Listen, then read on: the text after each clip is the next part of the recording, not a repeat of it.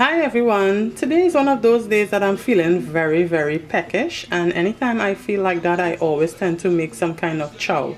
So today I am going to be making mango chow for you guys. And a mango chow, for those of you who are not familiar or never heard about it before, it is basically a garlicky sort of spicy fruit snack slash appetizer slash finger food. And for the mangoes, it's best to use like unripened mangoes for this specific treat. So in front of me I have everything that will be needed to make the mango chow. So over here I have a cutting board. I also have a fruit peeler or vegetable peeler. Then over here I have a knife, a spoon to mix the chow, measuring spoons. In the back here I have my black pepper, salt. Over here the two beautiful looking mangoes. In the back here I have some pepper sauce, which my grandmother-in-law made me some more of.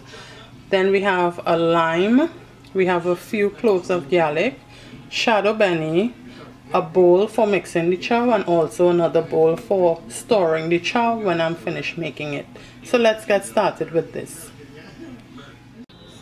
First I'm going to remove the skin off of the mangoes, and you can also use just one mango to make this treat, but today I will be using two. Now that I remove the skin off the mangoes, I'm going to start cutting them in strips.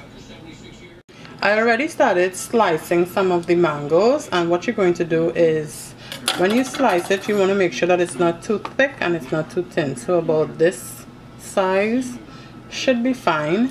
And then you just take your knife and you go like this, about ½ an inch each.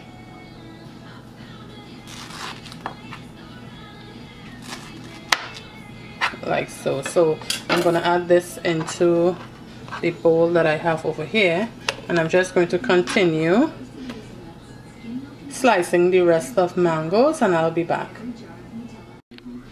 Now that my mangoes are finished being sliced, over here I have the 2 seeds that I'm about to discard for each of the mangoes. And in the back here I also have 5 cloves of garlic, which I will be removing the skin off of. I will be grating that on this side of the grater. And then next to that I have the Shado Beni, also known as cilantro or Bandania. I am going to take about 5 to 6 leaves of those and give a rough chop to them. Usually I just eyeball the amount of ingredients when preparing this, but I decided to include the amount of each ingredient just in case someone watching the video never heard of this appetizer or finger food and would like to give it a try. I think it will be very easy for them to follow along. Remember, I used 2 mangoes, so if you do decide to give this a try and you plan on using just 1 mango, remember, for each of the ingredients please use half the amount. So in front of me I have the 5 cloves of garlic. Over here I have 6 leaves of the Shado Beni, Bandania, cilantro. Over here I cut the lime in half, and this is the juice of ½ a lime. We have our salt, black pepper. In the back here we have our hot pepper, and we have the mango. So I'm just going to add the Shado Beni as well as the garlic into the bowl. Next I'm going to add the lime juice in here. Next I'm going to add 1 teaspoon of salt, and you want to be careful with the salt because you don't want it to be over salty, because then you will not really enjoy it. So you want to start off with less salt, and if for some reason you need to add some more salt to it, you can always do that after. So we're going to start off again with 1 teaspoon of salt, and then I'm going to put ½ teaspoon of black pepper, ground black pepper.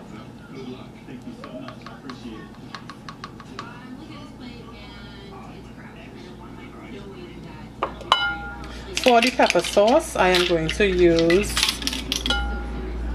½ tablespoon of pepper sauce. And now, for those of you who don't like spicy spicy food or anything spicy, you don't have to add the pepper sauce, but trust me, this will give an extra boost of flavor to this. So if you cannot get access to the pepper sauce, this is homemade pepper sauce.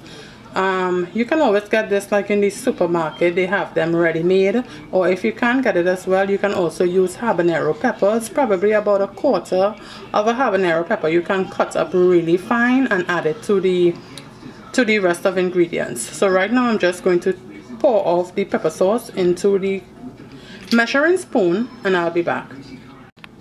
Next I have the hot pepper sauce, and this is going to give it such a kick of flavor. And then I'm just going to take the spoon and I'm just going to start mixing everything together. You want to make sure all the seasoning coat the mangoes well.